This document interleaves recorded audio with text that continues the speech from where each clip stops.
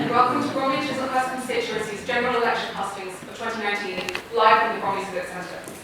Before we begin, I must mention that there is a fire exit to the back over here, though we are not expecting a drill. We have an exciting and packed evening ahead of us, as we hear from 4 candidates who are able to become our MP when the country heads to the polls on the 12th of December from Thursday. My name is Christopher Challier, and I'm from the local environment youth network, Bromley Youth Strike for Climate. I'm an upper sixth form, studying here at the London Borough of Bromley, and I have lived in Bickley for about 10 years now.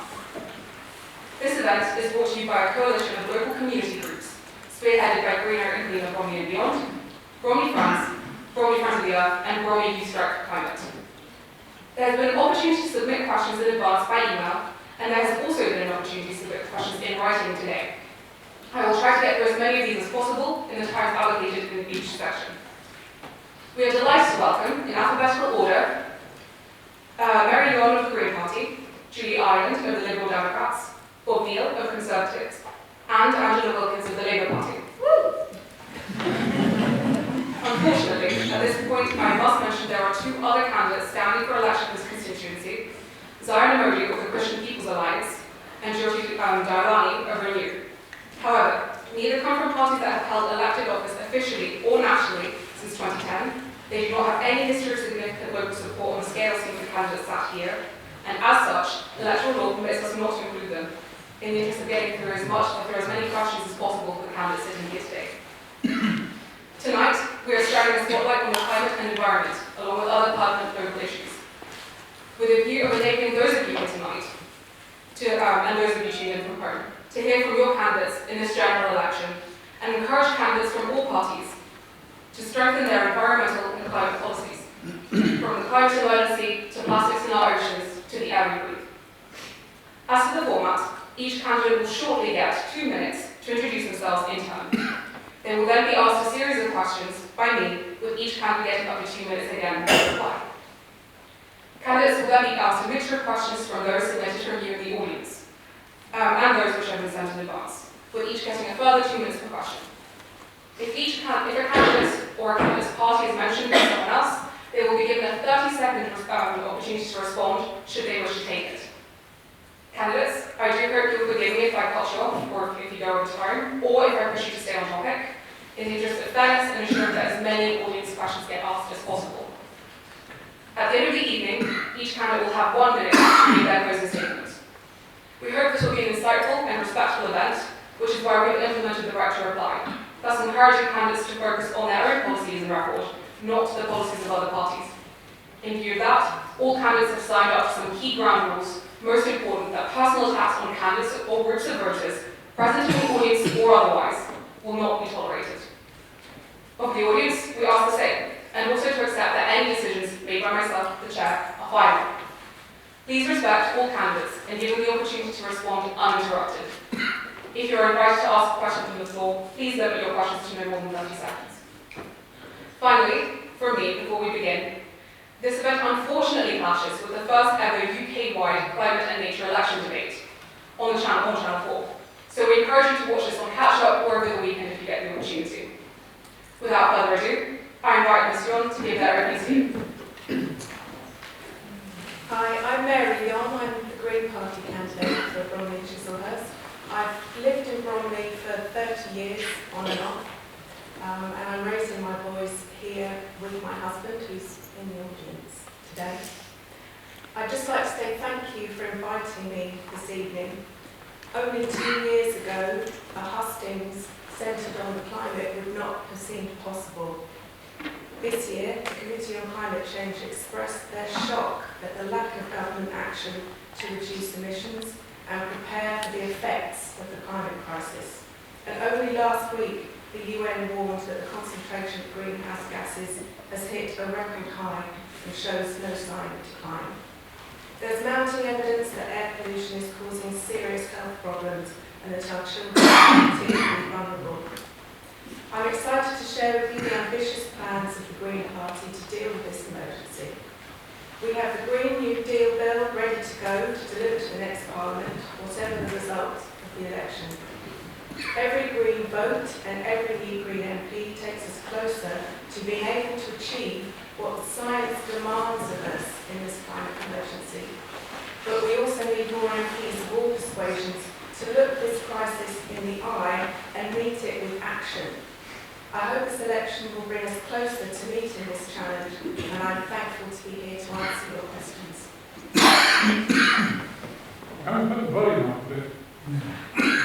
I think we need to go closer to the mic.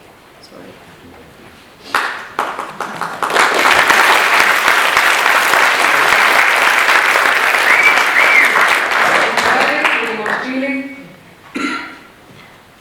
Hi, I'm Julie Island. I'm from the Liberal Democrats. Can you go closer to Can the you all mic? hear me? I'll get very close. How's that? Perfect. Okay.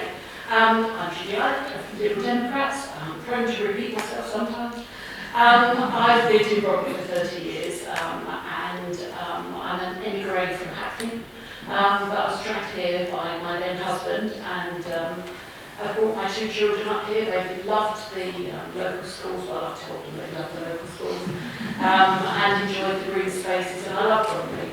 And not for a millisecond did I ever think that I would find myself doing something like this, or even putting a political leaflet through a letterbox. But 4 years ago, I just decided I had to stop shouting at question time and do something about it, because the politics I saw was broken and we needed to do better. So that's a little bit about me. Thank you very much to everybody who's arranged this hustings. I think it's amazing.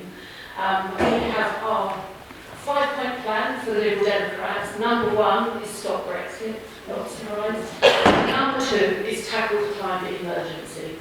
I don't think there's an election I can remember where the climate emergency would have even featured on that list, and it's down to individuals like the people in this room, the people who've organised this, and I absolutely applaud everyone for bringing the vital issue into the centre of politics. So I'm promised not to spend all evening talking about Brexit. I have got a lot to say on it, but I will try and resist. But I do want to make the point that Brexit and the climate emergency are not necessarily separate issues. The EU has been a friend to many people who care about the environment over the years. It's given the Daily Mail lots of nice headlines about how they're throwing away our light bulbs and damaging our washing machines. But I think anybody who cares about the environment will admit that I'm going to have to argue. so they led the world in agreeing an ambitious global target in the Paris Agreement, and we want to work with them to achieve a net zero union with a binding target of 2050 for net zero greenhouse gas emissions. We work with the EU. We can affect things in 28 member states rather than 1. Thank you.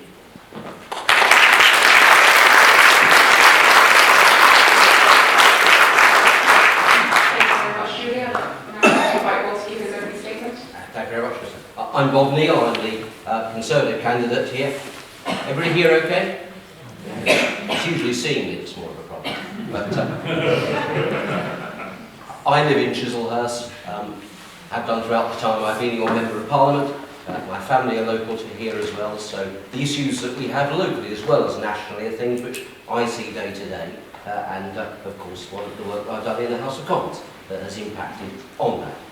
I'm going to talk very specifically about the environment. There are lots of other issues, and we all know which one of them is. But apart from Brexit, apart from the economy, arguably for the medium to long term, the environment in the broad sense is, I think, perhaps the most important challenge that we all face going forward. And so I think it's particularly timely that we've got a hustings devoted to it today. And congratulations to everybody for organising it. My guess is that the government's already got a good record on the environment. They've also got a good record. Should we build on that? Yes, we can. But let's just look at the facts of it. First of all, reduce greenhouse gases by a quarter since we came into power in 2010. Introduce a legally binding net zero target to end our contribution to global emissions by 2050. The first G7 country to do so. And it's important that we remember, if we are going to tackle climate change, we need to do our bit in the UK and lead by example, and also using what we might term soft power, but we also need to take with us our international friends elsewhere. So we are doing that. We're committed to returning our environment bill, if we return to government, was introduced in the last session. I spoke on it and raised some constituency issues, an office for environmental regulation, a commitment to taking forward that net zero emissions, and a raft of other issues, for example, much greater investment in offshore wind. We've already got to the position of being world leaders on that, and more jobs in good quality green industry. We can actually turn the technologies that we have, the skills that we have, into a positive for us going forward there. And I hope too, we can also see things like major investment, 30 million trees being planted, greening the planet, greening our country, and also tackling issues like particulate pollution, which we do need to do more work on. Could I ask you to wrap us up, please?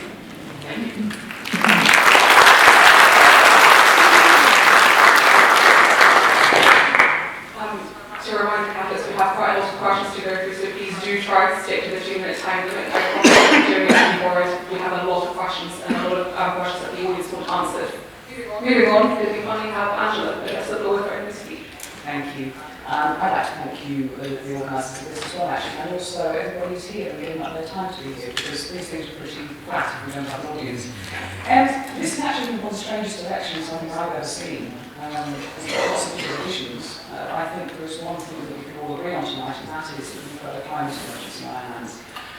I have to say as well, I just discovered, well, there's a report published by Bromley last month called the CO2 emissions report from 2017, and I was quite stunned actually to find that Bromley is the third worst borough in London per capita emissions.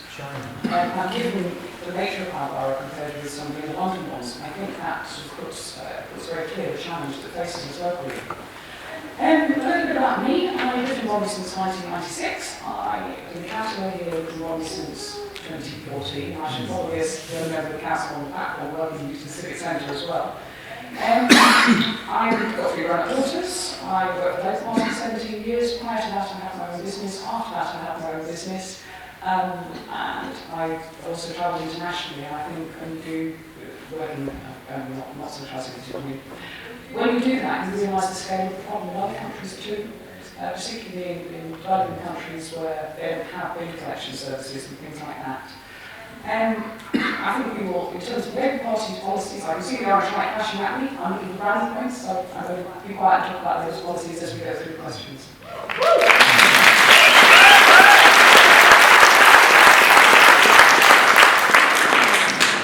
Thank you for the candidates for that. Now, for the audience, the following 6 questions have been emailed to the candidates in advance, so they have time to prepare their answers to these.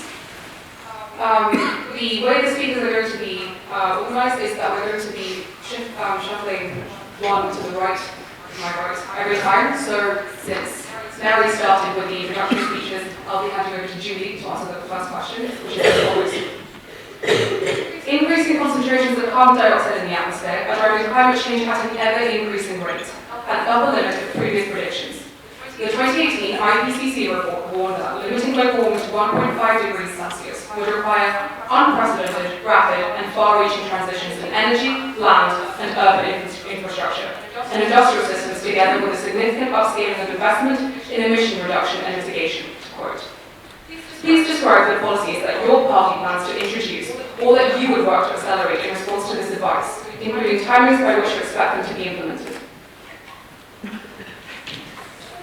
Thank you. I don't know if anybody knows this, Lib Dems agreed their policies at conference, and I sat through many hours of interesting debates. And one of them this September was all about whether our promise to achieve net zero greenhouse gas emissions by 2045 was ambitious enough. All the other parties were going with an earlier date. But on balance, being the pragmatic party we are, we said we would only commit to what we knew was deliverable.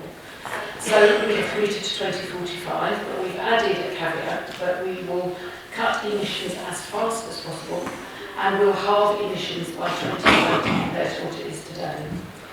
We have an absolute mass of policies that will deliver that. I would love to read them to you, but I'll get told off, so I'll just briefly cover. I know online, by the way, our manifesto. So we're committed to generating 80% of our electricity from renewable energy by 2030. We will restore subsidies for solar power.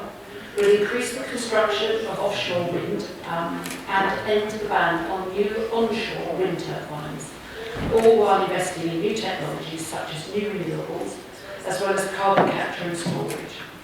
We will insulate every home by 2030 through an emergency 10-year plan, reducing carbon emissions as well as cutting bills.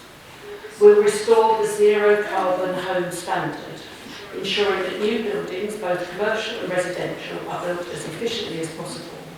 We'll also adopt a zero carbon heat strategy, exploring alternatives on how we'll heat our homes, considering heat pumps and hydrogen.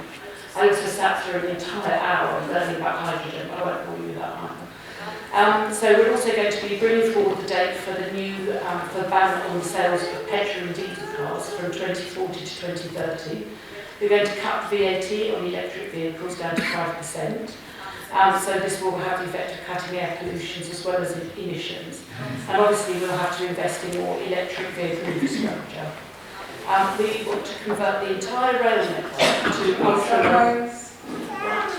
As I said, it's a long list. We want to stop Heathrow, we want to invest in the railways, and we want to make it a pragmatic choice for people that it's easier to leave the car at home. Thank you.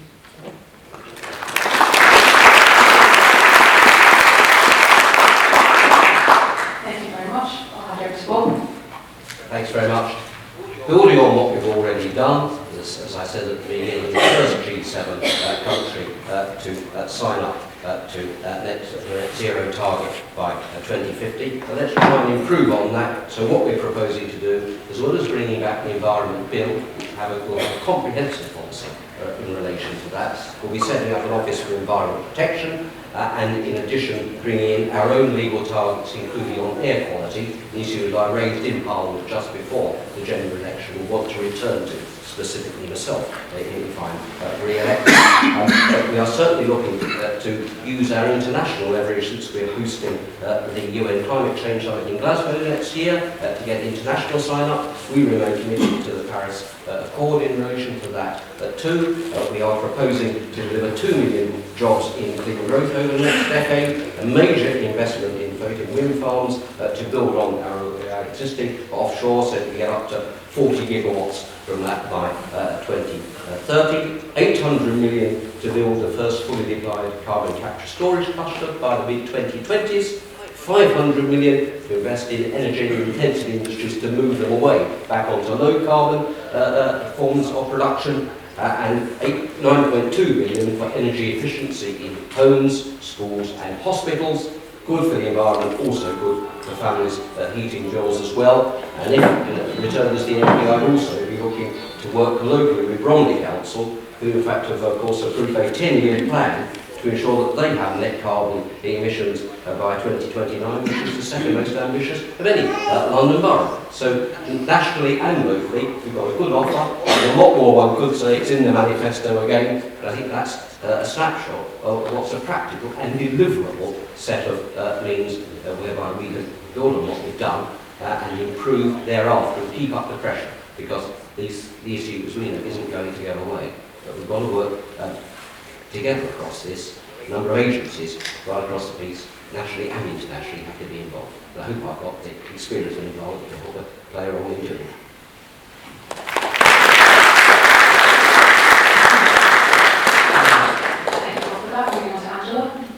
Thank you. This is a global problem, and I think the government has to work globally in addressing problems. And you've got to think about difficulties in countries such as China. The difficulties we've got in America, to be honest. So we also have to deal with it nationally, though, and regionally and locally, and also as individuals, I think. I have to be honest, it's impossible to get all the Labour Party proposals on this into 2 minutes on emissions. Some of them will cross over with the next question, so I'll just forgive me on that one, really. I think the scale of what the problem that we face requires a revolutionary approach to it, and I think that that's what the Labour Party is doing with this manifesto. It's radical, it's expensive, but quite frankly, if we don't get this is a bigger issue than Brexit. If we don't crack this, we really are actually European Union, quite frankly, is almost irrelevant. So I think, we have to bear in mind as well that the Labour led the way in the last Parliament with declaring the climate and environment emergency.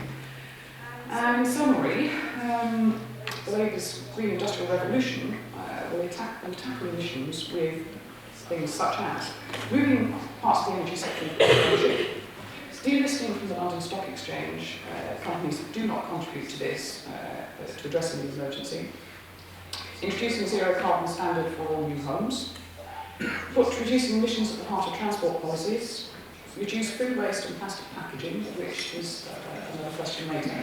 And I'm getting the orange light again, so I'm going to be good. I'm going to wind up.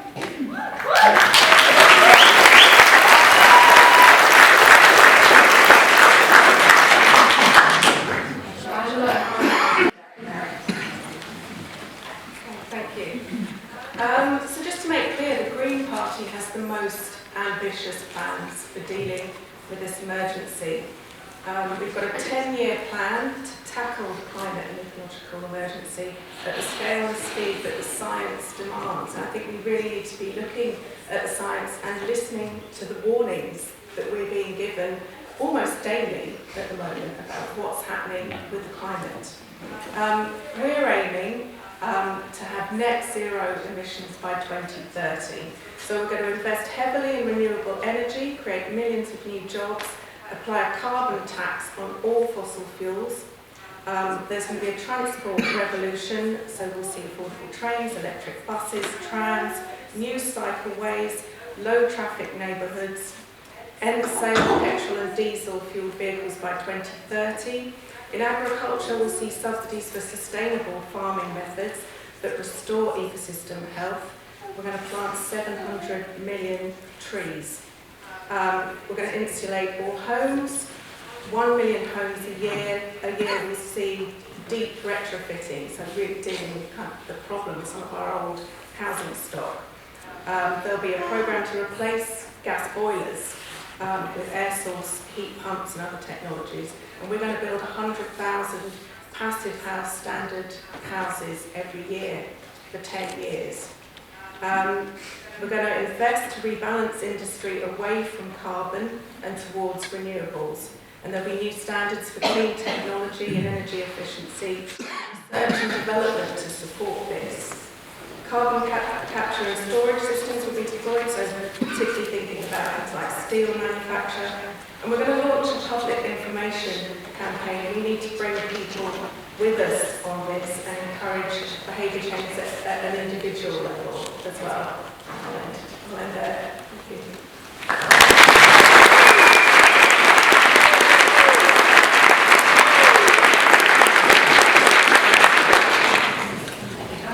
The second question is, according to a recent Guardian article, the UK government supports fossil fuels with a subsidy of £10.5 billion, while only spending £7.1 billion a year on renewable energy. Given the opportunity, what changes will your party make to redress this imbalance? We'll give you the floor. One of the problems, unfortunately, is that the premise of the Guardian article is inaccurate, and then explain why. A good deal of what it describes as subsidies is in fact the fact that we have a 5% VAT rate on gas, domestic gas and electricity, as opposed to 20%. Guardian calculates as a subsidy. In fact, the International Energy Agency's definition does not cover that as a subsidy. So the premise is inaccurate, but and that's the important point to make, we certainly do need to reduce our dependency on fossil fuels, but equally we have to remember that at the moment, UK oil and gas sectors are major contributors to the economy, so we need to move out in a systematic and planned fashion so that we don't put jobs and economic prosperity at risk. It's doable, we really have time. This is not getting a basic tax right to start with. The second point is we've already reduced the greenhouse gases by a quarter since we came into office. We've been increasing renewable electricity generation sixfold in that same time. So the world leaders are making something I really involved with when I was the development of the production facilities in Thames Gateway, and over some of those in the Thames estuary area. We put into law by the net zero target, target when that contribution by 2050, and then also decarbonise the economy faster than any other G20 country. Our emissions are now 29% in the last decade alone. To give you just context, G20 average is 2.2%, EU average is 2.3%, our average reduction in emissions is 3.7%. So we're actually leading the way on that, and we'll continue to do that. We're also committed to phasing out coal power, use of renewable already at 4%. We're closing all the coal-fired power stations that don't have actually installed specifically by 2025. So it's getting very specific, deliverable targets, and we're really working on.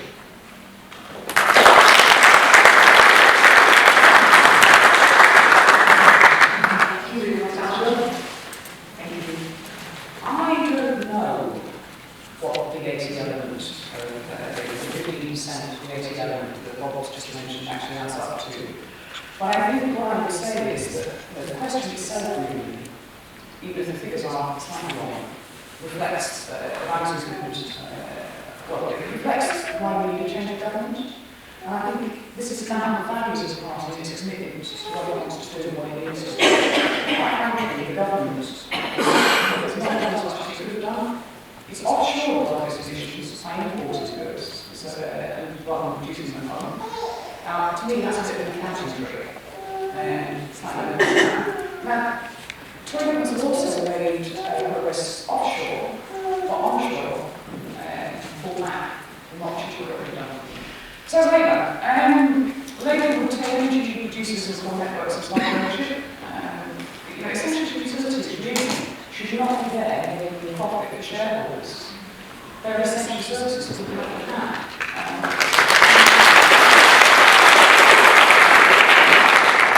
Energy use is building accounts for 56% of UK emissions. It's also one of the biggest problems in council spaces, emissions buildings. Labour will reinstate program originating zones.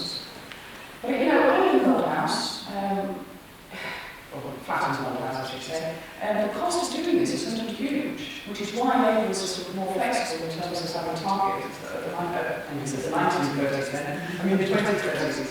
Anyway, we've also invested in wind, solar and nuclear power sources, effective action moving from fossil fuels to renewable energy sources, ensuring adequate investment by setting up things like, this is my point about having a regional approach to it, if I may go here. Sustainable investment boards, regional boards, which will create something like £150 billion across 10 years for businesses to invest in relation now.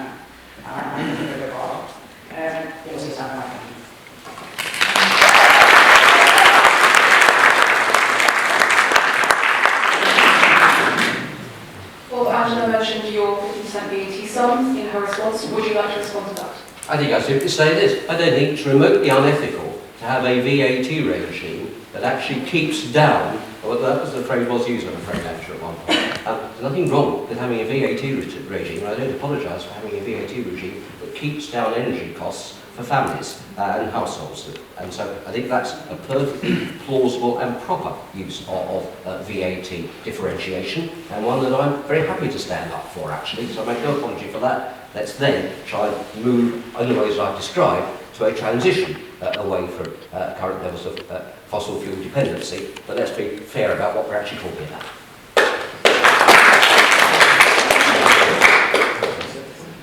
Moving on. Thank you. So just to start with, I think there was mentioned that we have made reductions of 3.7%. The latest figures that I saw from the UN said that we need to be reducing our emissions by 7.6% per year, and actually for more developed countries, something more in the region of 12%. So we need to really up our ambitions here. The Green Party would end any tax breaks and subsidies on fossil fuel, but this would be done in a gradual way. So we'd introduce a carbon tax that would ultimately make the use of fossil fuels unviable over a period of 10 years. Fracking will be banned, North Sea oil rigs and coal plants decommissioned. We're not going to have any new runways or roads. VAT will be paid on domestic flights, it's not currently paid on domestic flights. And there'll be a frequent flyer levy, so more than one return flight a year will need to pay more to do that. And councils and other public bodies will be required to divest from fossil fuel investments. We've already talked about huge investment in renewable energy. We'll be aiming to have 70% of the UK's electricity provided by wind energy by 2020, with the remainder coming from other renewables. Communities will be able to develop their own renewable energy, so we're looking at sort of community energy projects, that kind of thing. And 1 million homes a year over 10 years will be given the means to generate their own renewable energy. So in total, including energy storage facilities, we're looking at investing something like 16.5 billion per year in dealing with this problem. Thank you.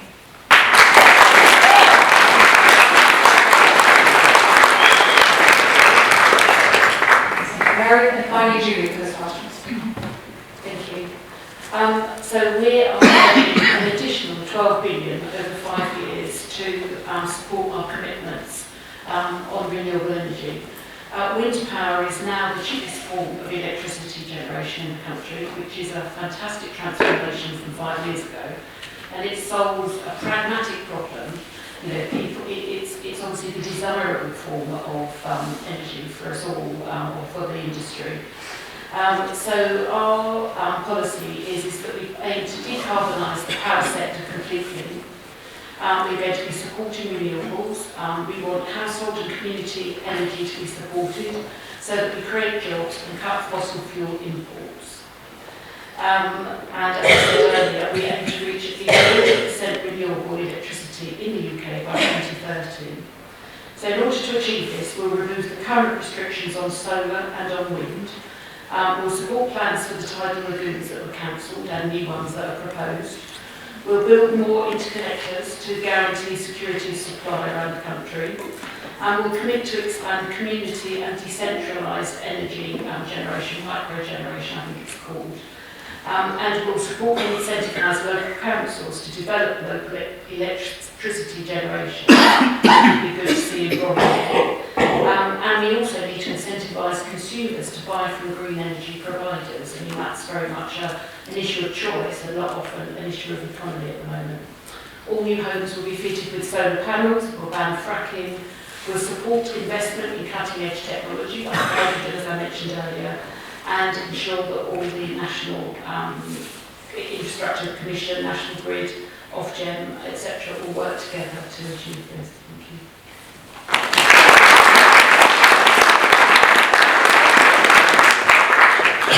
Thank you. Your responses. The third question is as follows. The World Health Organization has stated that air pollution is now responsible for more deaths than smoking cigarettes, 64,000 premature UK deaths in 2015, and a reduction in average life expectancy by 18 months. Current EU targets are set at double the level considered safe by the WHO, and yet the UK is consistently failing to reach even these levels. In stark contrast with neighbouring boroughs, Bromley currently has no working PM 2.5 air quality monitors in order to measure the smallest air pollution particles which get into our bloodstream from our lungs. And the Council has previously indicated that this will not change unless required to do so by government legislation. Bearing that in mind, what practical steps will your party will you work to support by ensuring the monitoring and reduction of the worst offenders, PM 2.5 and nitrogen dioxide, being enabled by us and our children? And first answer here is Andrew. Is Andrew? My bad. Yeah, I did first. This actually, the absence of these monitors in this borough is something that myself and colleagues have raised on several occasions and will continue to do so. A while ago, I was talking to a woman who walked from the Kensington Road in Beckenham to the Beacon, and by the time she got there and had her blood tested, she was she was pregnant. She was she was slightly under the permitted level, and that's how scary this is.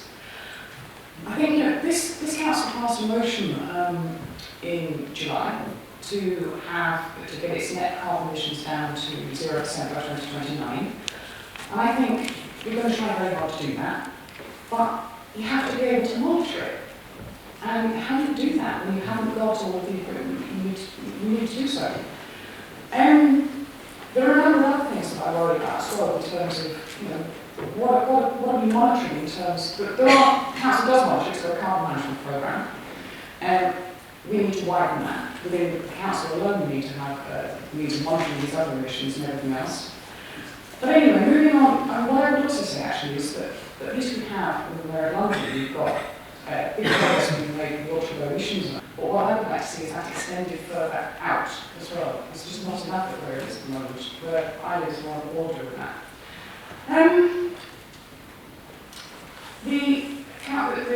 Basically, one of the things that Labour will do is to introduce a Clean Air Act, and that will include a vehicle strategy scheme.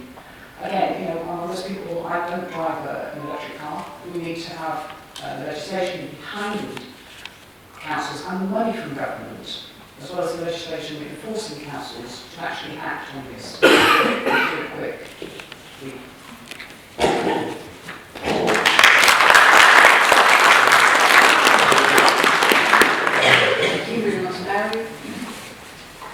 Thank you.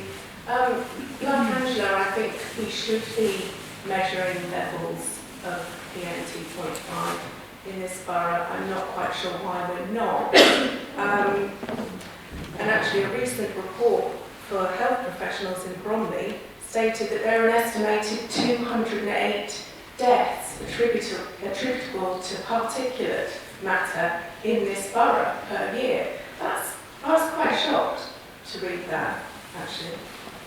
But actually we do know that there are areas in Bromley where nitrogen dioxide exceeds permitted limits. The council does their own testing in various areas. Friends of the Earth have, we at the Green Party have as well. And I was reading some interesting research just last week, actually saying that the dangerous nanoparticles in the air, actually there's a correlation with those and nitrogen dioxide. So you can be pretty sure that if levels of nitrogen dioxide are high, that actually the nanoparticles and particulate are as well. So we know that the levels of particulate are high in this borough. I've actually been trying to get hold of my own monitor. Somebody from Imperial was looking for one that I could borrow. Also, Breathe London have been doing a consultation asking people to let them know areas that they would like to be monitored. I've done that, and I'd encourage other people to do that as well. But basically, ultimately, we need to get the things that are causing the pollution, and that's mainly cars, petrol and diesel cars. We need to get them off the road. We need to have improved infrastructure for cycling and walking. We need to make it possible for people to travel in ways that don't involve having a private car. We've got a real problem here. Thank you.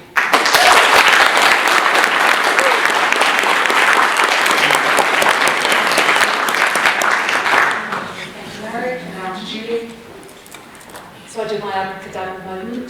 This normally lives on the outside of my house, but I took it with me today. It's we're building our own air monitors in David Dens. We got so fed up waiting for Bromley to do something that we decided to build our own. Now don't ask me for all the technical stuff, because there are clever people who do it in their sheds and stuff like that. It costs about £25, and all the data goes onto a national website. And this is just a small part where we can help ourselves. Only once we know where the hotspots are can we actually start doing anything about it. About 6 months ago, Lib Dems met up with the Greens, and all credit to the Greens for this. We said we want to build this air monitoring network. What are we going to do once we've found out where the hotspots are? And that's the real nub of it, but without the monitoring we can't get there. And we agreed between us informally that we would have a conference of all interested groups and hopefully all the political parties, where maybe we could come together as a borough and work out how to solve all the different problems that this air monitoring would reveal. So I hope that we will be able to carry forward with that. We had to stop it all for the general election, of course. If anybody would like one of these pretty boxes on the outside of the house, come and let me know. Thank you.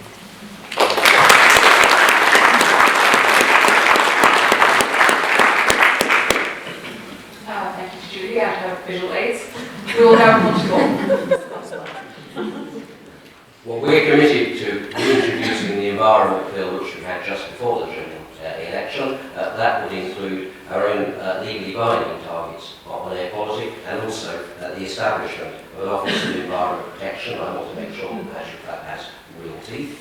A particular issue that I raised in Parliament, as I said before, was around particulate pollution, and I was pressing the government to commit to meeting WHO targets specifically in relation to that. Something, in fact, that Cleaner and Greener Bromley members had raised with me at one of my constituency surgeries, and I took it up in Parliament, and if returned, I will do so again. So that we should be able to meet that. So that's something very specific that we can do. We've also got a clean air strategy that we're bringing forward, and as well as the primary legislation I referred to, also putting £3.5 billion worth of investment behind that so that we actually deliver it. Traffic pollution is an important point, and we can do more around that. So, for example, I would want to work with our candidate for Mayor of London, Sean Murphy, his ambition to move all of London's bus fleet to hybrid or electrical by 2034. That's something where public procurement can drive that forward, and we can work to do that. With the borough and the GLA, we need to work to produce planning policies and other policies that produce more electric charging points so that we have a choice in relation to vehicles. So it's encouraging and making it easier for people to do the right thing. But we also have to bear in mind one of the biggest areas of particulate pollution comes from domestic open fires. We have to look at ways in which we encourage people to deal with that, as well as dealing with traffic issues. Very important too. So we need a joined up approach. There's no single one issue that will tackle this. We can join it up, but I agree, collaborative fashion between parties and agencies. I think we can tackle this with goodwill.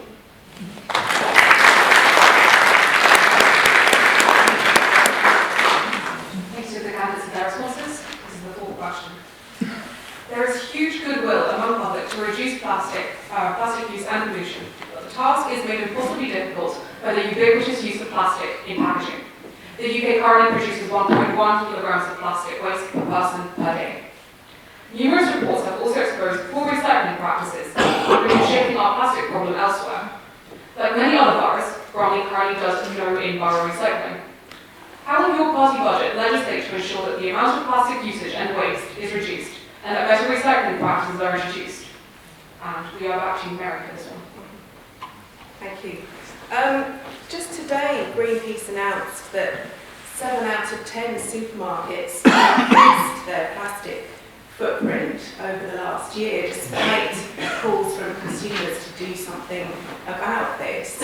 And I think it's very difficult for individuals to avoid plastic. Anyone who's tried it will realise what an uphill struggle it is. My husband had an interesting chat with the staff in our local fish and chip shop. They were serving the food in packaging that's single use. They had this discussion, well, could you do something different? It was quite interesting what they said. They said that the company that was selling them the products initially gave it to them for free, and it was very cheap. So there's sort of heavy marketing of this stuff. They've actually changed now, decided not to use this stuff. But basically, the Green Party would ban single-use plastic. We'd be taxing plastic bottles and microplastics. We'd introduce bottle deposit schemes that are very common in Europe. And we'd invest in research and development to look at alternatives to plastic. But really, we need to implement a reformed waste strategy where manufacturers and retailers are required to pay the full cost of recycling, not council tax payers. And this will make the production of plastics less viable if we can do that. Boost to local government funding would enable councils to be able to improve recycling programmes. We shouldn't be shipping plastic overseas or incinerating it. And we can also change the way we do things in towns. Some towns in Germany, you can have reusable cups that you can give to any cafe in the town, and that you don't have to use then single cups. There's more sort of straightforward things like that that we could be doing locally as well.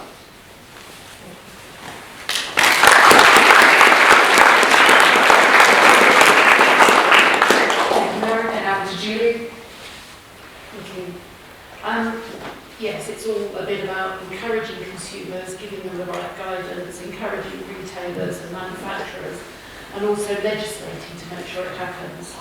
So we have decided that we will ban all non-essential, non-recyclable single-use plastics, which would stop the huge amounts of plastic pollution as quickly as possible. We're going to put pressure, we're going to put legal obligation on retailers to reduce the amount of plastic that they use. We would bring the date of plastic packaging tax forward. This would be a levy on the production and import of new plastics with less than 30% recycled content. We want to, as Mary was suggesting, implement a deposit return scheme for all food and drink containers, aimed to end the 15 million bottles that are littered, landfilled and incinerated every day, 50 million a day. And obviously that would then save a huge cost of clearing up that litter. We want to guide manufacturers towards a harmonisation of the types of plastic used, so that it will end the confusion amongst consumers and industry about what types of plastic can and cannot be recycled. And we'd aim to end plastic waste exports abroad by 2030. Instead, we'd invest in UK recycling, and by eliminating non-recyclable single-use plastic, introducing a deposit return scheme, we'll cut our plastic waste use, meaning that we can effectively recycle our own waste.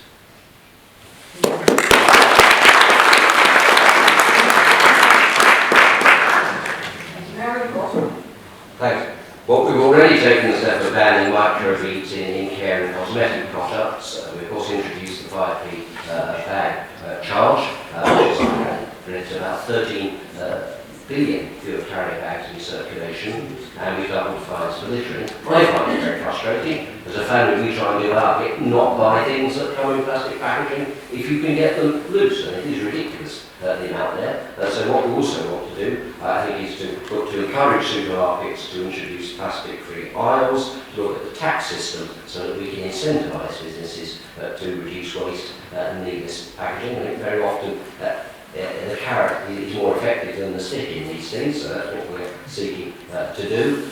We're also committed to banning the export of plastic waste to all non-OECD countries, where the standards that are being dealt with thereafter are amongst the worst, so let's deal with that straight away. To do that, but we're committed to trying to have a more standardised approach to waste disposal. There's about 300 different systems of waste disposal across the country at the moment. We do need to take a more holistic approach to that. And when I was the government minister, that was an issue that we were tackling. I think we need to return to that now with more vigour and get buy-in from councils right across the piece on that. It's fair to say that Bromley has consistently been shown to be one of the best boroughs in London for recycling. Recycling rate comes at nearly 50%. Go next door to Lewisham, it's only 21.8%. So that indicates, let's see how we can standardise and get best practice rolled out, and that may require a government setting a legal framework which enables that to happen. But also, any member of Parliament working cooperatively with councils and the other agencies to make sure that's clear, and that's something I certainly be keen to take on.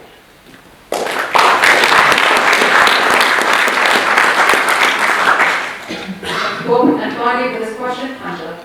Thank you. Labour's approach to this one is very much to make the people who are responsible for it put it right and pay for putting it right. Because it is the food producers and it's the food manufacturers. These guys are making mega bucks. They're globalised industries, most of them. And that's where plastic's coming from. These guys should pay to solve the problem and put it right, basically. Wales, it's quite interesting actually, because Labour is in government in Wales, and they've actually made a huge amount of progress on this subject. So I think that one of the other things that the Labour Party said in England, if you like, is that we can learn from our colleagues from Wales on this one. And that's one of the things they'll do. And we also, back the return bottle scheme, it's obvious, because we're no brain that one. I think overall, the politics of food production is actually a wider issue than this in many ways as well. I think, full credit to the government, they put a sugar tax on sugary drinks, but you go into a supermarket and the price of Diet Coke is exactly the same as the price of a sugar Coke. And so I think when the government's talk about taxing the product, if you like, you've got to be really careful about the retailer, because when I contacted Go about this, they said, well, it's the retailers that change the price, not us as the producers, it's retailers. And so you've got to look at both elements and both sides of the coin. What else? And carry bags, I think it's quite interesting with carry bags, because I don't know whether anybody heard the news today actually, that the bags for life are actually increasing in use. So, you know, there's a good attempt to make progress on this, and which is actually backfiring, unfortunately. We've now got more of these heavy-duty carry bags around. So it's a problem. It's got to go back to the producers that fundamentally.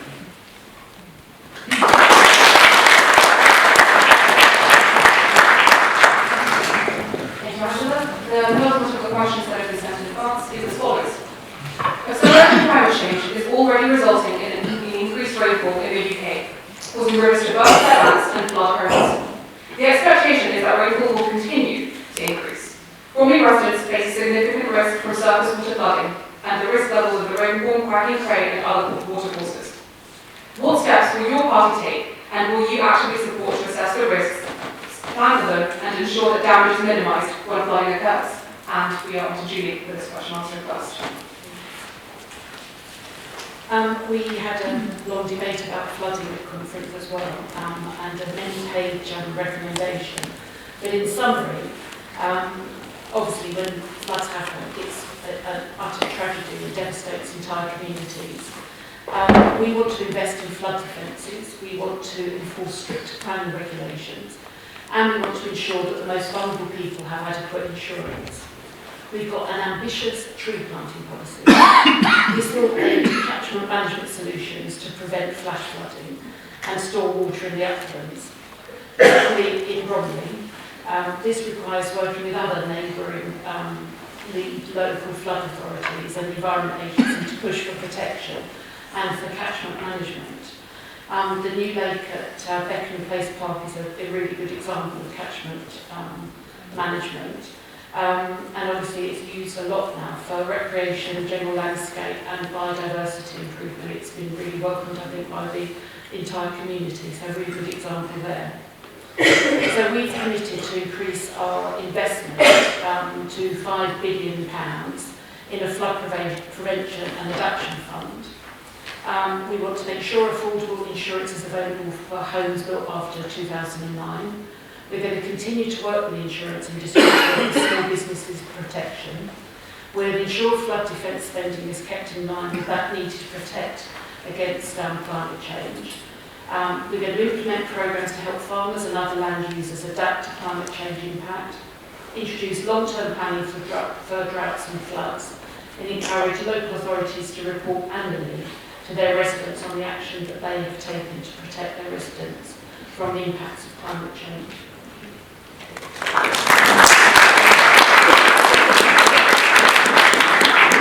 Thank you, Julie. What's next? Well, funnily enough, I was out the other day, only a few streets away from here, and so a number of residents raised me with the issue of drains overtopping and flowing down in the front garden. So in fact, I'm already in correspondence with the Thames Water and the Council, and asked Thames Water specifically to review the arrangements that they've got there. Because as we've got more development in the area, we do have a situation where some of the drainage systems put in the 30s probably, when a lot of the houses were laid out are no longer adequate. So I do think we need to press for a review of that, and we need to consider updating that. And so that's something I specifically would want to take up on the local level. I've also been active with the Environment Agency, particularly around River Cray, and the way in which they manage that as it flows down towards the Ruxley gravel. It's a nature site, it's a triple SI, and I've had concerns there that the way in which they manage that has not actually reflected the biodiversity of the area and hasn't really involved local residents and community groups in it. So I'm planning to continue to press on that one too. It's necessary that we have proper management. It does need to be joined up. Bromley itself has got a local flood management strategy, and that publishes surface water flood risk maps. You can get that on the website. We've also got a system, some of you may do it, where you can sign up to alerts on text and other things about groundwater flooding and so forth. On a national level, we're committed to 4 billion on flood defences on the coming years. And going back to the time when I was planning minister, I think we need to look again at the way in which we allow houses to be built in floodplain. And that's a real problem. And we can also look at means of making sure that we do need to have driveways that are done in permeable materials, and the way in which we give design guides and build, and also help around that.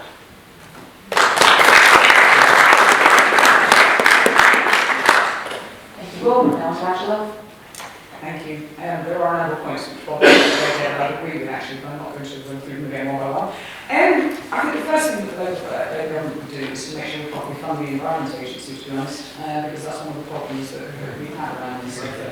I have actually had experience of flooding. I lived in North Wales for a time where I was brought up, and the sea wall burst at one point, and it's the most horrendous thing. My parents' property wasn't damaged, but it's the most horrendous thing to have to go through. So I have considerable amount of sympathy for this. Fundamentally, it's about a multi-agency approach. Bob's right, the council is the place where the flood risk starts and the assessment start. But it's about liaising with the Rivers Authority, Thames Water, central government, local government, landowners, and I have particular concerns about the failure of the planning system to properly account for and provide for adequate drainage with all these new properties that are going up, whatever type they are really. And that's not about saying we don't want the homes to be the homes, of course that's not. It's about saying we need to prepare for them and we need to have a proper infrastructure for them in terms of drainage. That's about my side, I think, really. Yeah, that's it. Thank you.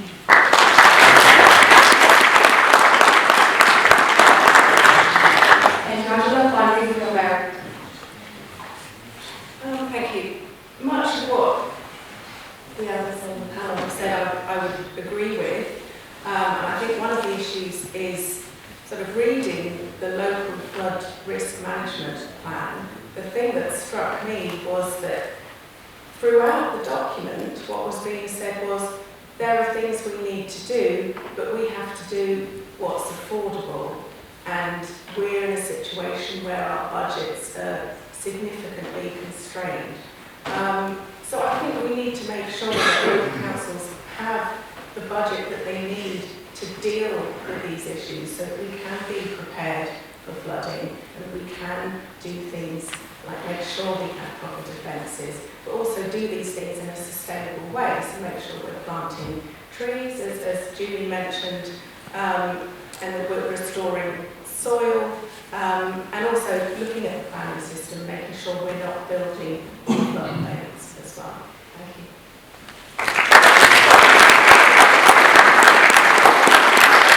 Thank you very much. Now, finally, a couple of questions we have. The UN's Global Assessment Report revealed that 1 million species are at risk of extinction. Natural ecosystems have lost about half their area, and only 3% of the world's oceans are free from human pressure. According to the detailed and devastating state of nature report in 2019, more than a quarter of UK mammals are facing extinction. Nearly 1 in 5 UK buffalo have already been lost. Numbers continue to plunge. How will your party's policies ensure that the UK does not simply talk about this catastrophe, but as a leader can take action?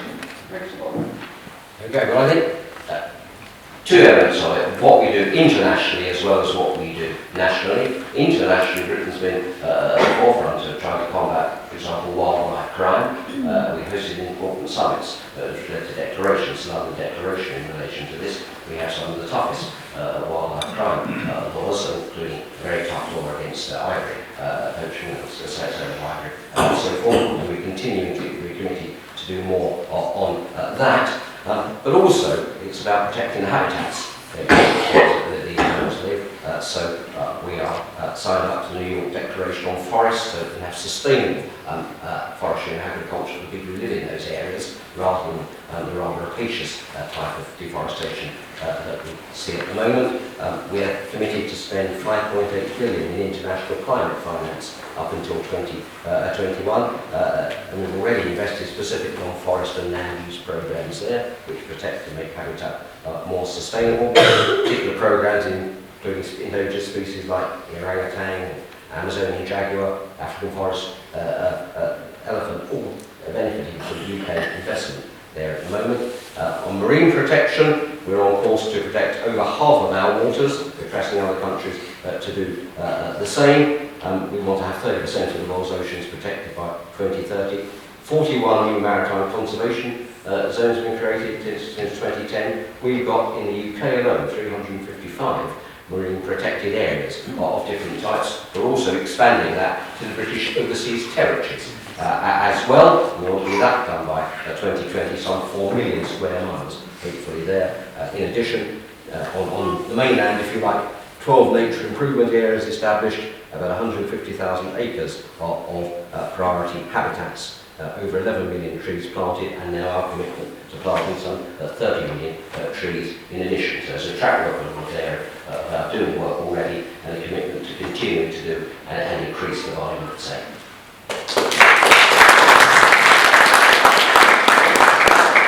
Thank you. We'll have to next. Thank you. Labour do a number of things on this issue. It's a complicated issue, so it's not surprising a number of different approaches to it, really. We will introduce an animal welfare commissioner, prohibit the sale of snares and glue traps and the badger coal, and ban the keeping of primates as pets. Work internationally to end commercial rolling, ban the importation of hunting trophies of threatened species, and boost police resources to tackle rural life and wildlife crime. Because it's not just about having the legislation in place, it's about enforcing it. And we will also deal with the, this is not to do with biodiversity, but we will also deal with the policing of the fox hunting ban as well.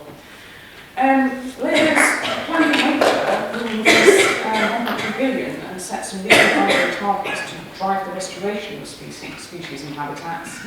And we will embark on an ambitious programme of tree planting, 2 billion trees by 2040, and both with forestry and with native woodland species. We will fully fund the Environment Agency and other frontline environment agencies and improve upstream river management. It is actually Labour that created the national parks, and so it's quite appropriate, having seen their funding cut by 20%, that we will increase expenditure on national parks by 50% and also create 10 new national parks. Because basically these will regard existing wildlife sites and join up in important habitats, whilst also ensuring that more people get to enjoy their natural environment.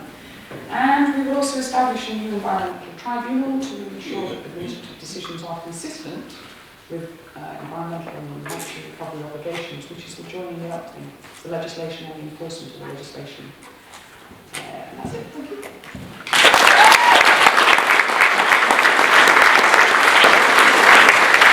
Thank you, Angela. Now to Mary. Thank you. The Green Party will introduce a new ecocide law to prevent crimes against the natural environment, and we'd have an Environmental Protection Commission to enforce it. We'd strengthen the protection of the green belt, areas of outstanding natural beauty and sites of special scientific interest. We'd also introduce a new Clean Air Act and a Sustainable Economy Act to include standards for soil quality and biodiversity.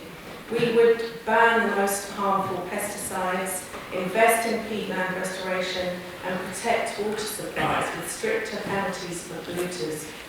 Sustainable farming methods and agroforestry would be introduced to increase biodiversity, and as an EU member, we would press for a review of the Common Agricultural Policy to support the transition to sustainable farming. We'd aim for 30% of UK waters to be protected marine areas by 2030, I think that's what Bob said.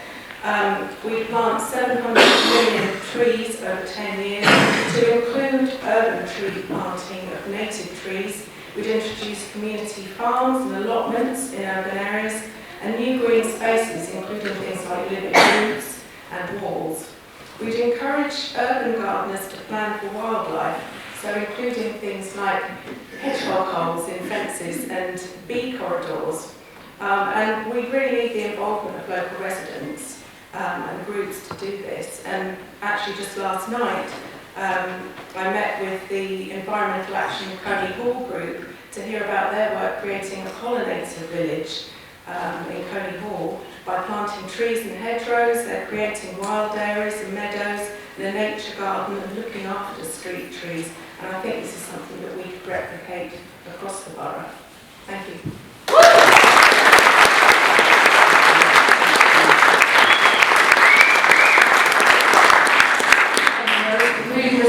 questions? We have Julie.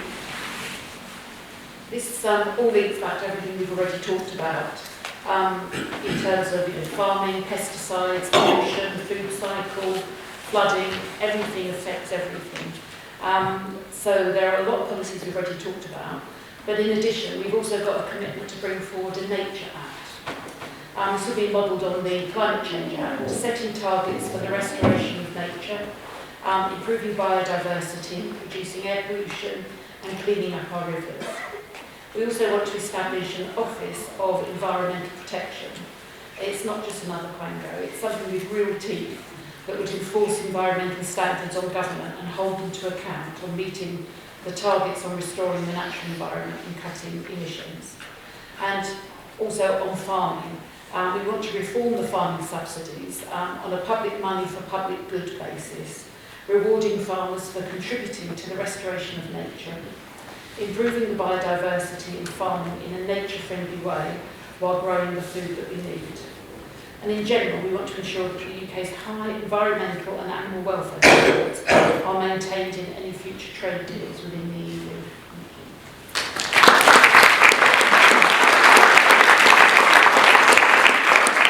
Thank you to Julia and all of the candidates. You will now be pleased to hear that we have a 5-minute break. Please may I encourage you all to come back properly so we can get started and you can keep yourself in laugh down if you like.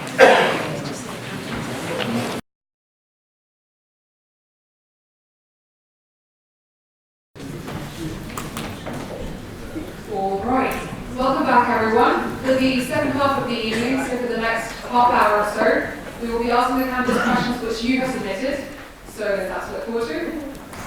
I suppose we let the break run on a little longer than planned, but I think we will benefit from it. So, I think it's best that we just start. So, first question, and we'll be starting with Angela. In everyday life, how would each of the candidates describe their own personal green credentials? Okay, I drive as little as I possibly can. I cook virtually all my food from scratch, so I don't it's very rare for me to be caught buying throwaway meals or anything that comes to plastic. If I can buy it without plastic, I will, and that means sometimes shopping in the shops, the small shops rather than the supermarkets, if you like. What else do I do? I would like to have an electric car, but quite frankly, at this point in time, I can't afford it. Because I'm worried about the longevity of the batteries on them and the shortage of charging points. But I think the council will address those issues over time, as long as the manufacturers also bring the prices down, quite frankly, with the cars. I'm just as conscious as I can be, I think, on a personal level. Keep the heating down as much as I can, don't keep rooms that I'm not using. As much as I can do, don't use water unless I absolutely need to.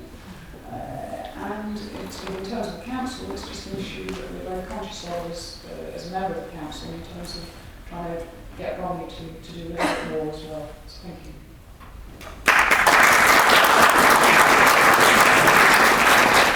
Thank you, Angela. We'll have Mary next. Okay, thank you. Green credentials. I've been vegetarian for about 30 years. Except for apart from rather strange pregnancy craving for chicken, which I will allow myself. I do drive a car sometimes. I've got a hybrid, which I can't really afford. Actually, I'm finding I'm driving that less and less. I love cycling, so I've got 2 bikes. But I do find sometimes it's quite stressful thinking about cycling in Bromley and Lewisham, where I work. So I do cycle, but I tend to go out into the countryside, cycle down to Brighton and that kind of thing. Sometimes I have to admit I do think I can't face going out into the traffic. So I get a lot of abuse. Other people do, especially women cycling. You get called all sorts of names. You get people pulling out on you. My husband was sitting opposite me, ended up on somebody's bonnet. He pulled out on him. There's no way I would allow my son, who's a very keen cyclist, to cycle on our streets. He's 9, he's probably more confident at cycling than me, but I don't think it's safe. I would love it if he could do more of that. I have an allotment. I'm growing some fruit trees, trying to get them to be a bit bigger, so we can actually produce some fruit. And in terms of, well, this year we holidayed in the UK, so trying to sort of reduce things like the number of times we're flying as well. Thank you.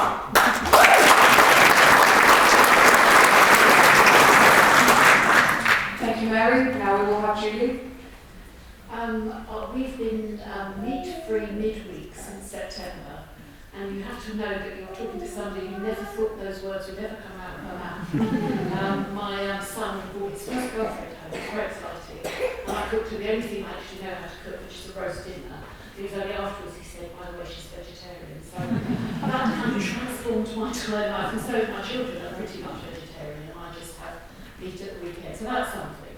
I'm a notorious reuser. I was told that I was seen photographed in a jumper that I'd been photographed in 30 years ago the other day, which is a bit embarrassing. I throw nothing away, and my house looks like it.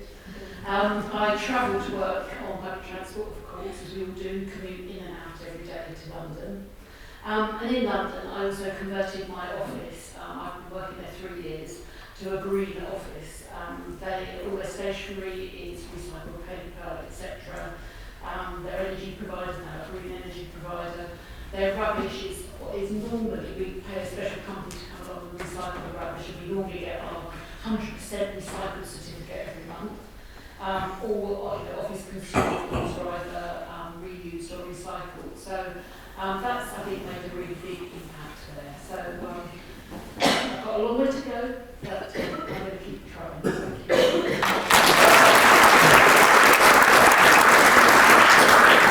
Thank you, Julie. And finally, Bob.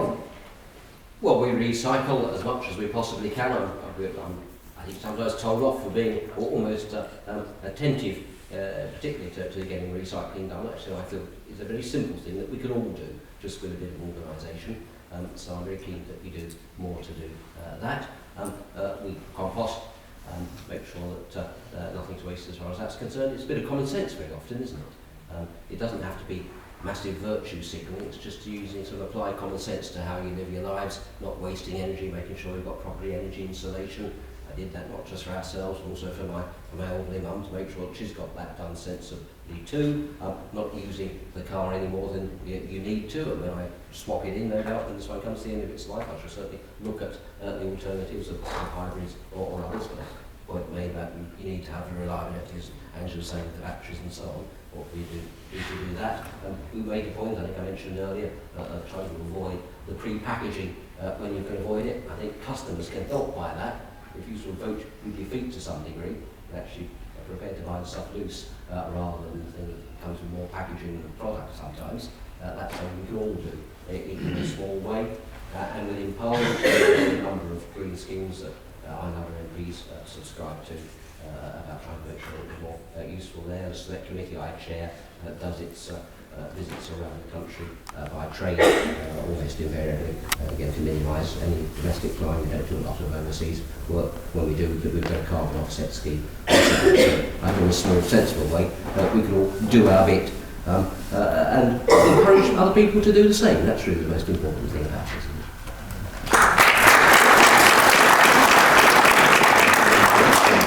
Thank you, candidates. The second audience question is, what measures do the candidates propose to implement to promote walking and cycling to school and to facilitate a more general, essential modal shift away from car usage in the borough? And we are preparing for this one.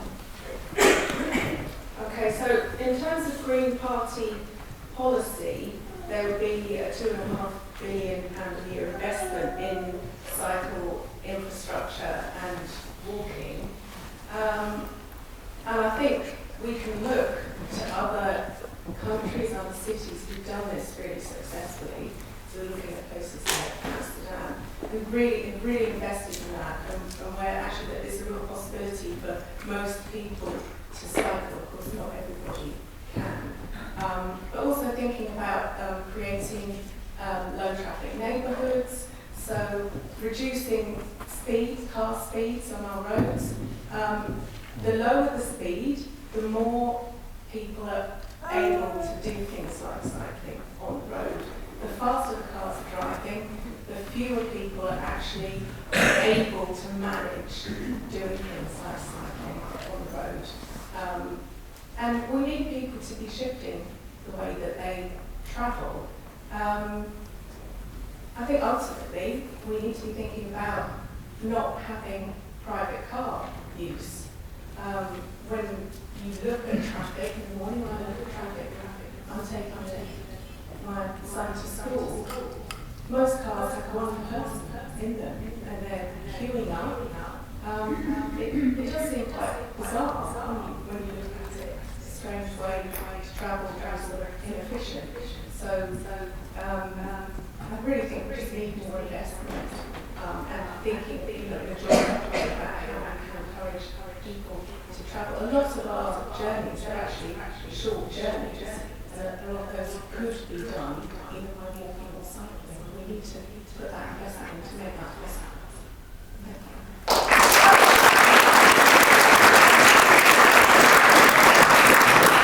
Thank you, Mary. We're going to Julie now. Last night, in the local election, we made the concept of within the neighbourhood as part of our manifesto. I know that so we made the neighbourhoods part of our manifesto last night. I know I would also adopted the same thing, but it's something we feel very sorry about. Equally got some use of roads and pavements for cyclists, pedestrians and cars. No one the other. There been some fantastic and transformational projects around the country.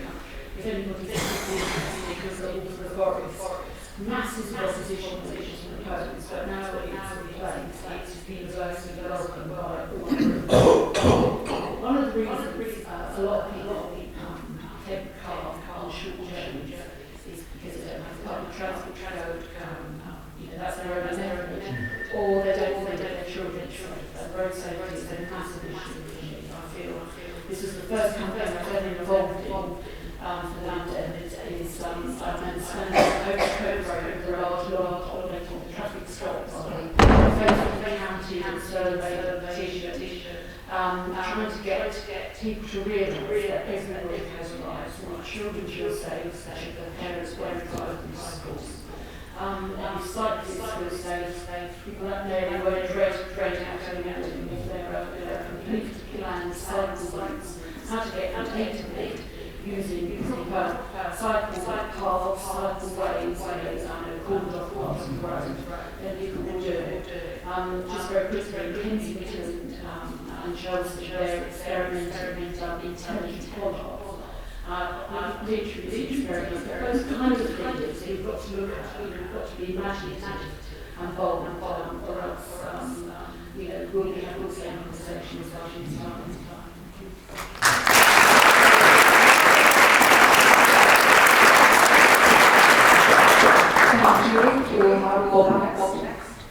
If we're honest, working with our users of different modes of transport at different times. So most of us, if we're honest, are some point pedestrians, some point cyclists, at some point users of public transport, and to encourage the best use of those alternatives, and cyclists as well. I'm not one myself, but great for those who do it. If we're going to encourage we've got sensible alternatives that they can move to.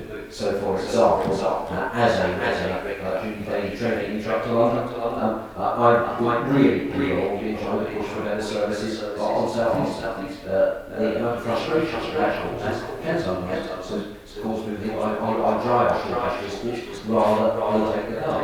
We've got to have a much more reliable train service when it's better integrated. So that's going to continue to be a really big priority for it. We're going to have reliability on buses, better information about when buses are coming.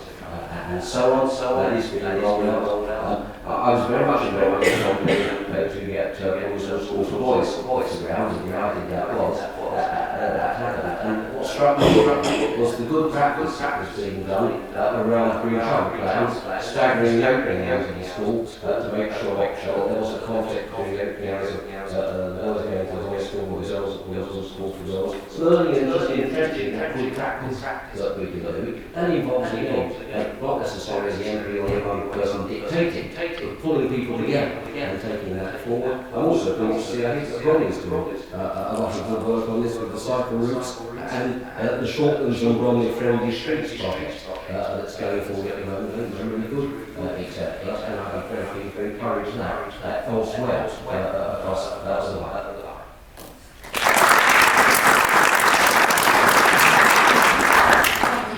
And finally, for this question, Angela. Like Bob, I too delighted to see that Woolswood School boys are actually doing what they promised they would do during the planning process, and they are walking to school. Now that was not believed at the time by other people, but it's happening, and I'm absolutely chuffed. And it makes the point really, or it illustrates one of the points that I wanted to make, which is that a lot of this is about the local authority and funding local authorities properly from central government. Because it's local councils that have to deal with speed limits, it's local councils that can implement cycle lanes, and it's, you know, if they don't get the money from central government, they can't do it. Obviously public transport and improved public transport is also a critical part of this. You're not going to walk and you're not going to cycle. Sorry, you're not going to stop using your car, is what I meant to say, if public transport isn't going to provide you with the service that you need. I think we have good public transport in London, but we need it cleaner and we need it greener, and we need it to be maintained and sustained and improved. You know, the Baker Loop line should be extended, in my view, and all these things will get people to stop using their cars. There is one final point I'd like to make, which is about road safety, because I wouldn't let my children drive their cycle, quite frankly. In fact, I said to my daughters a while ago, I'm going to get a bike or a motorbike, and they said, no, you're not, it's not safe. Which is quite a role reversal, I suppose, but it's what happens with age. But, you know, if we're going to have speed limits, and I think I'm strongly in favour of increased 20-mile-an-hour speed limits in outside schools in particular. I cannot believe that Bromley's got a number of schools that don't have that. But we have to have the police to enforce speed limits, whether they're 30 miles an hour or 20 miles an hour, and we need to fund the police properly to do that.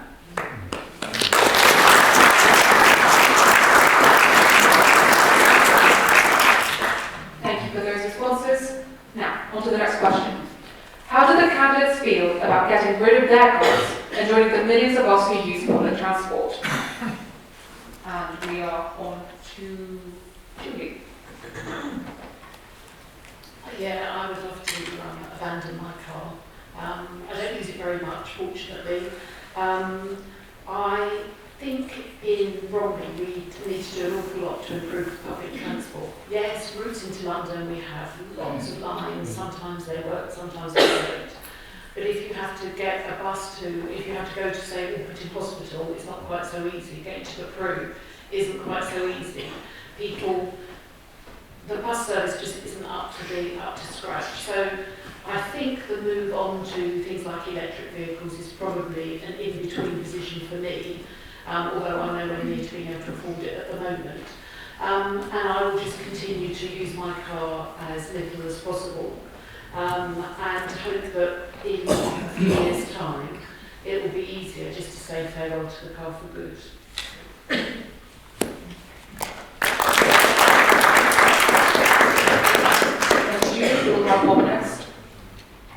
Again, if we're honest, I don't think most people in this room or in this borough realistically have the option of giving up cars entirely. We all need to use them from time to time, so let's be realistic about that. Let's try and use them as little as we can.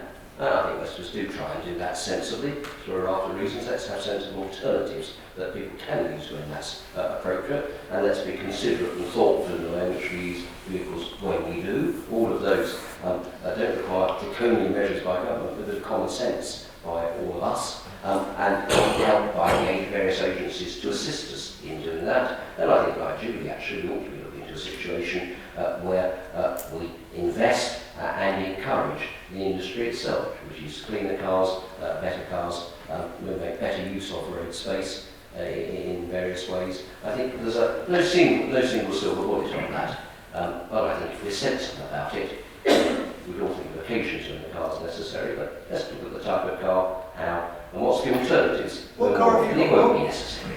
Could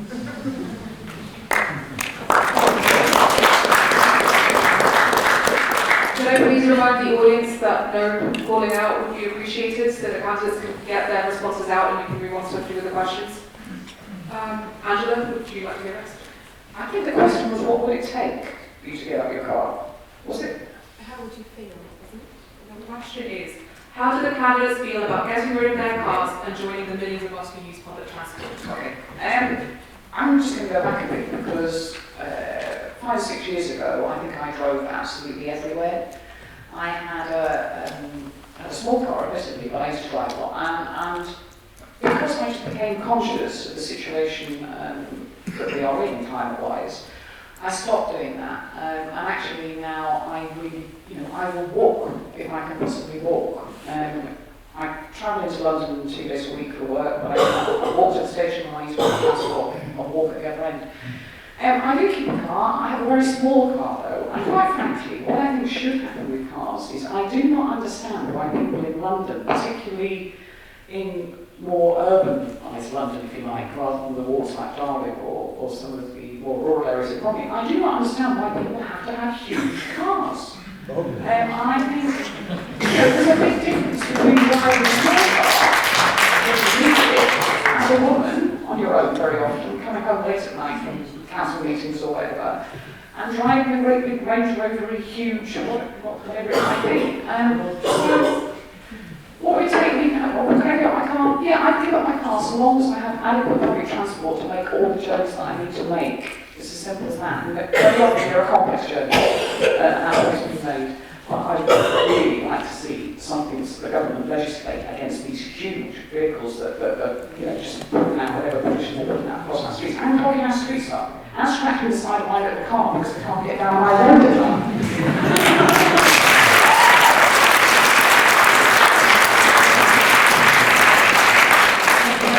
Finally, for this question, we have Mary. How do I feel? Well, a couple of years ago I broke my hand and I wasn't able to drive for a while, and I actually found it quite liberating in some ways. And I think you experience the world in a different way when you're not in a car, and you experience it in a different way when you're walking and when you're cycling. And I think if we have a joined up transport system, we can enjoy our neighbourhoods more. They can be more pleasant places to be, more pleasant places to spend time. Your mic. Yes, I think there's a lot more that we can do actually to make our places where we live more pleasant to be and enjoy them more. Actually, there's evidence that if you get rid of cars from some areas, actually you get more footfall in shops from cyclists, etc. So actually it doesn't have that negative effect on business that sometimes people worry about. I would like to get rid of my car. Actually, there are some journeys I do that it would be quite difficult now, particularly with my children, to do without a car. So I will admit that that's the case. But actually a lot of the journeys I make, I don't need a car for. So I think we can see the time when actually it won't be a problem. Thank you.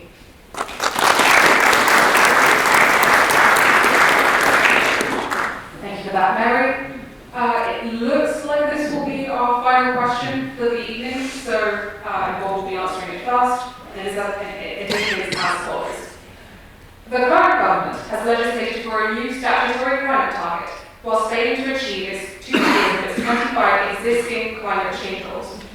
How will you ensure the next government takes real action and doesn't just give more words while leaving the problem for the future generation? First of all, I think the context shows that, in fact, we have made very significant progress on a number of goals. And I say we've done better than the G20 average, and we have done better than the G7 in setting that target. Can we do even better still? Yes, of course we can. And that's why the new legislation reform of the Environment Act and the creation of an independent agency for the environment, not the Environment Agency as we know it now, that deals with rivers, but I'm talking specifically the climate change and other related issues, is an important one. fund to press for, that not only do we set our own legally binding goals within the UK for air quality, we include things like particulate pollution and commit to bringing in WHO guidelines into our rules during this Parliament. I also think it's important that we maintain environmental standards, and I'm very glad to see that the government made it quite clear that when we leave the EU, that we will not be diminishing our food or environmental protections. That's something I strongly agree with, and something I will certainly urge you to continue to be the case as you go forward. There's a raft of measures that we can do sensibly, and I think the commitment as well to put money behind that Environment Protection Agency. I set out the money before that we've got in our manifesto and we're committed to, means it's not just more words, it's actually delivering and putting the money where our mouth is as far as that's concerned. That specific commitment on trees, specific sums of 80 million to develop carbon capture storage by the mid-2020, so quite quickly. That specific commitment to move energy intensive industries onto low carbon, 400 million. That specific commitment, 9.2 billion energy efficiency, schools, homes, offices. That money behind the Environment Protection Agency, 640 million, Nature Climate Fund.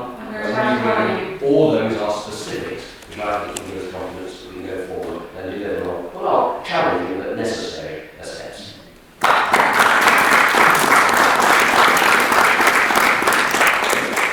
with that, we'll now have Angela. For the last 3 weeks, we've been bombarded with announcements and promises and manifestos and what have you from the range of political parties.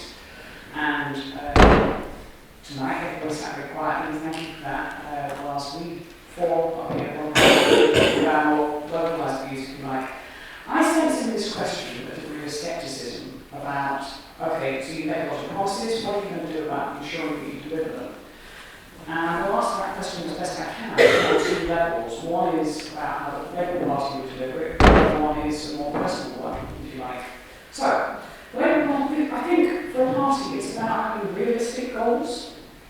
It's about having the alignment of your values and your principles to want to commit to achieving those goals, and it's about having the funding to do the job and to deliver the promises that you've made. And I think on this occasion, the Labour Party has got it absolutely right on its environmental policies. I think we know the size of the problem, we are prepared to fund it, and we are committed to it. On a personal level, if I was a member of Parliament, I have worked in the Parliament, not as a member, obviously, as a member of staff, and I know how Parliament operates, and I know how the Labour Party operates. And I personally would have, I would be committed and completely determined to make sure, if that's what my party said we would do, that's what I signed up to, I would argue for that within the party. Parliament party meets every Monday night. I would be there and I would be arguing for this sort of stuff. And that's it really, thank you.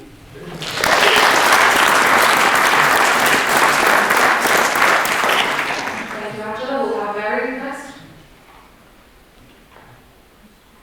I think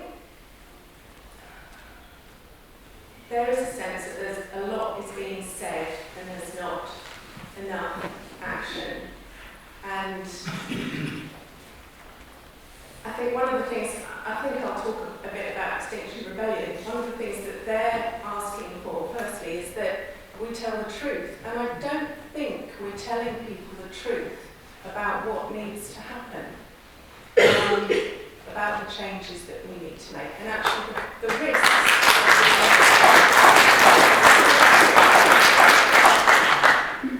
So I think that's one of the things we need to do, and maybe there's a very selective audience here. What about people who aren't here, who aren't aware of these things, who don't maybe keep up with the news? A lot of people really don't see this as an issue, and I think we need to do something about that. And the other thing, Extinction Rebellion talks about citizens' assemblies, and I was reading some stuff few days ago about the Citizens' Assembly in Leeds, and it was really interesting seeing what was coming out of that Citizens' Assembly, and I think we can really get people involved in a way that's meaningful and actually get good results out of this as well. Get people thinking differently and actually thinking about how we can solve this problem. We need to take action, and so far we've not taken the necessary action to get us to where we need to be. Thank you.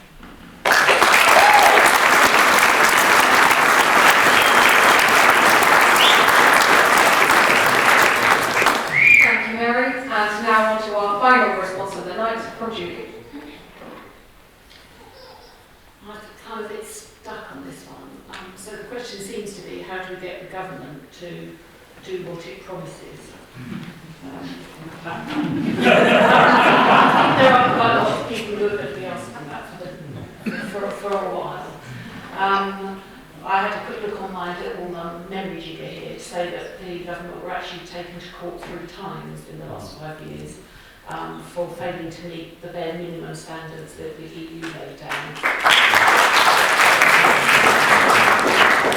And that doesn't seem to have been a deterrent. I think it's down to all of us, really. I think, we're shouting about here. As Mary said, there's plenty more people who aren't even aware of the nature of this debate we're having here. And we've just got to shout absolutely loud. I've got to keep sticking leaflets through your door. I've still got to do social media posts. We've got to have petitions on the high street.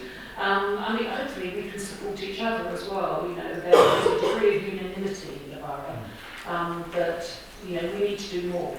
And I don't know the answer, how to make Boris Johnson keep to his promises.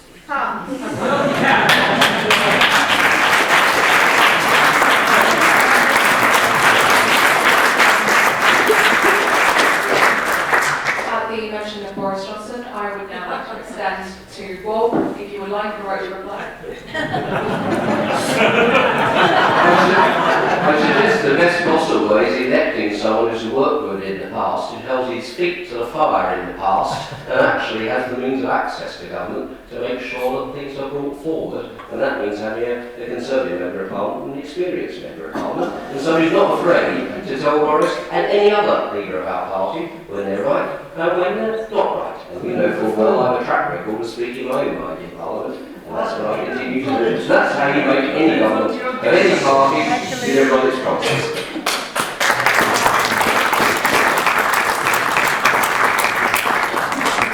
And to remind the audience one final time that we would like the candidates to finish speaking, so please keep your responses quiet and to yourselves. But with that in mind, we have concluded the questions for the evening. I would like to apologise that, as you can see, I have quite a lot of questions. And we got through 4 of them. Professor, if the candidates are open to it, we'd like to circulate some of those remaining questions to the candidates for them to consider and provide us with responses that we can then share on our Facebook page so people can see their questions answered if the candidates are so willing. Yes, thank you very much.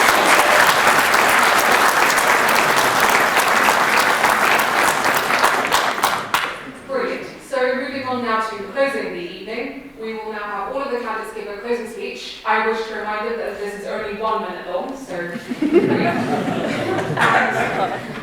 I will invite Angela to close first. Thank you. I probably would delight if I'm not taking about the whole minute, to be honest. I'm going to say that we're up against a huge problem here. We need a government that's got a radical way of dealing with it, that is committed to it. And that's what the Labour Party is, and that's what the Party will be in government. And I think, both locally and nationally, whichever way you look, or whatever policies you look at, it's time for a fresh start here, and that's what I'm going to leave you with.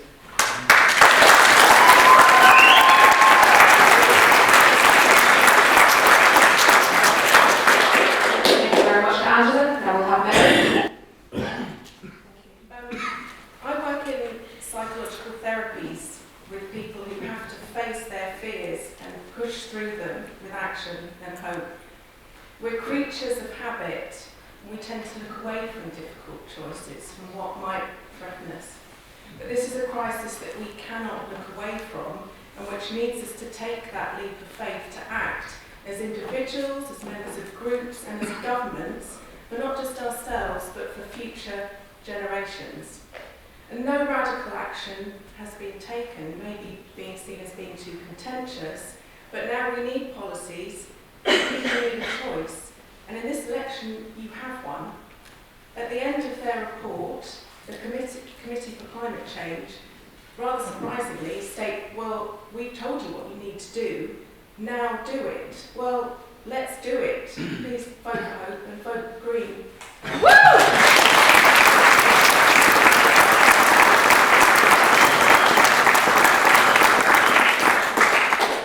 Thank you, Mary. We'll have Julie next. The Liberal Democrats recognise that our planet is on the brink of being irreparably damaged.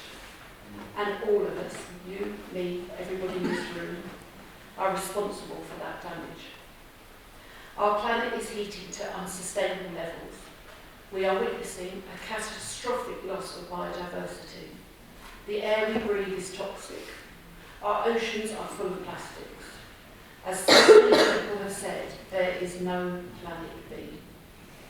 We are facing a climate catastrophe which will create huge global inequalities. We have a moral duty to act. Liberal Democrats are committed to do that. We have a radical, a credible and detailed plan, and we're happy to work with as many other parties and groups to make sure that we act now. Thank you.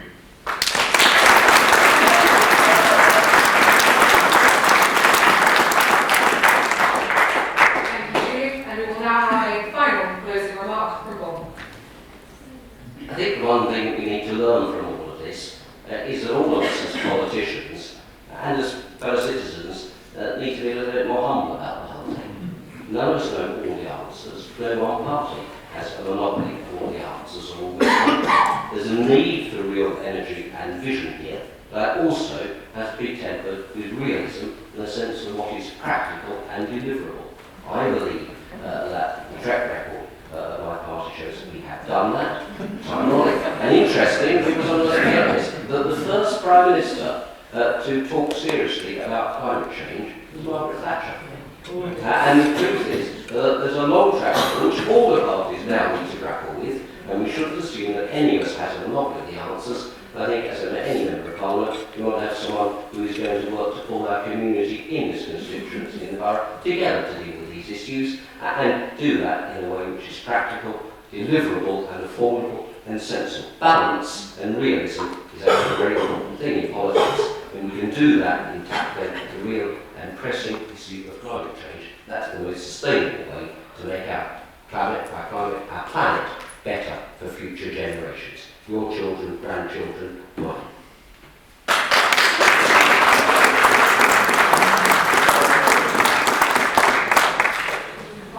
Thank you very much to all the candidates. This concludes our evening. As Teresa mentioned, we will be circulating some of these questions to the candidates later. So if you would like to stay tuned, you will find out answers and responses to the questions that you submitted. Additionally, I imagine we will be pursuing all of these questions that have been asked as well, so you can remind yourselves of what was said here tonight. For me, I'd like to thank all of their candidates for their responses and for their time, as well as the audience for your support. Additionally, this evening could not be possible without the coalition of local environmental groups, so we must extend our thanks to them for hosting this.